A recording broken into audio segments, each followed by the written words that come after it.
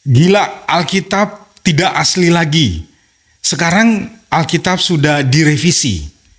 Apakah dengan revisi Alkitab yang dilakukan oleh Lembaga Alkitab Indonesia, itu berarti Alkitab tidak asli lagi? Tidak begitu, teman. Penjelasannya seperti ini.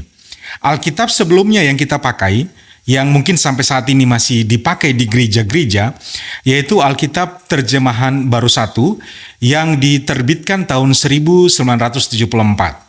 Dan pada tahun 2023 kemarin, Lembaga Alkitab Indonesia mengeluarkan Alkitab Terjemahan Baru 2.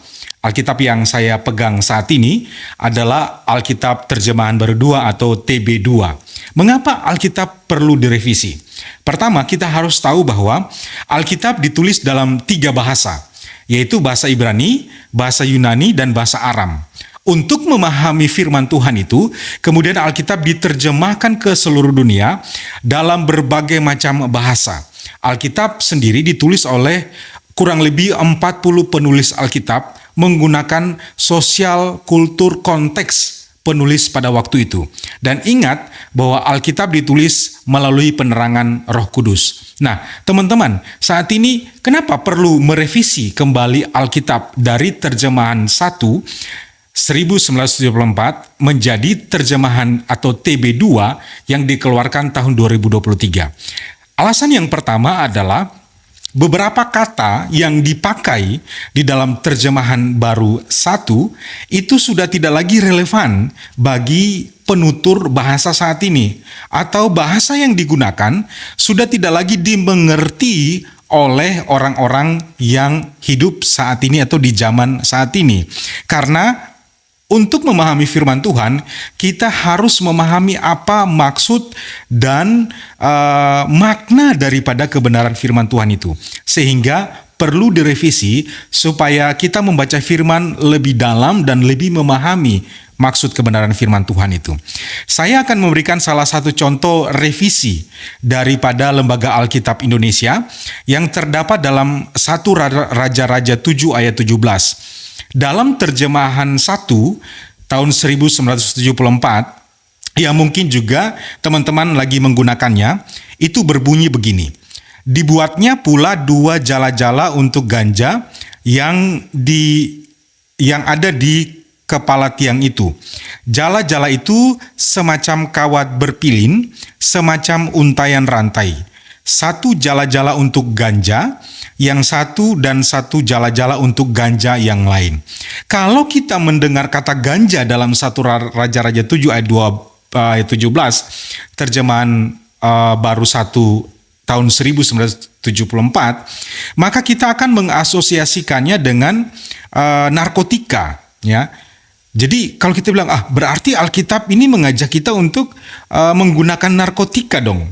Nah, ganja atau tanaman ganja yang hari ini dilarang oleh pemerintah Indonesia dan kita bisa ditangkap oleh polisi. Nah, ternyata maksud daripada ganja dalam 1 Raja-Raja 7 ayat 17 itu artinya tiang.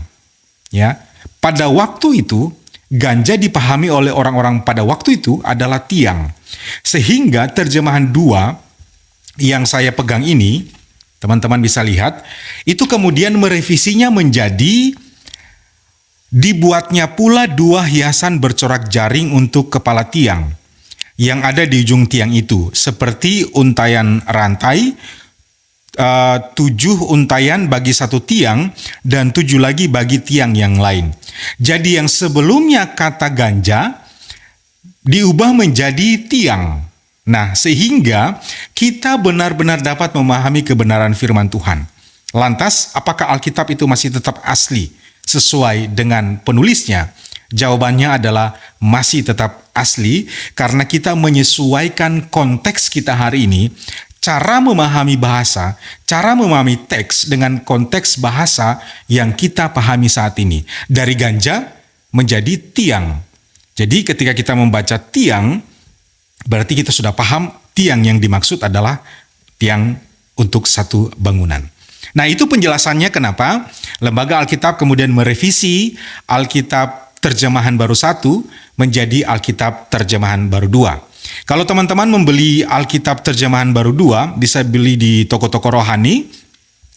Nah, teman-teman akan mendapatkan Alkitab seperti ini.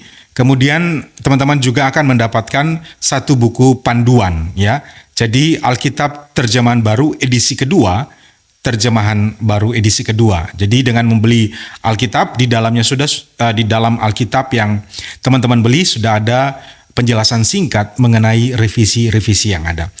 Sebenarnya masih banyak sekali ayat-ayat akan yang direvisi di dalam Alkitab terjemahan baru 2 ini, tetapi saya batasi hanya di satu ayat tadi. Juga ada beberapa revisi yang teman-teman bisa mendapatkan penjelasan dari buku ini. Itu saja dari saya Simon Sarbunan, dan Tuhan memberkati kita semua. Shalom.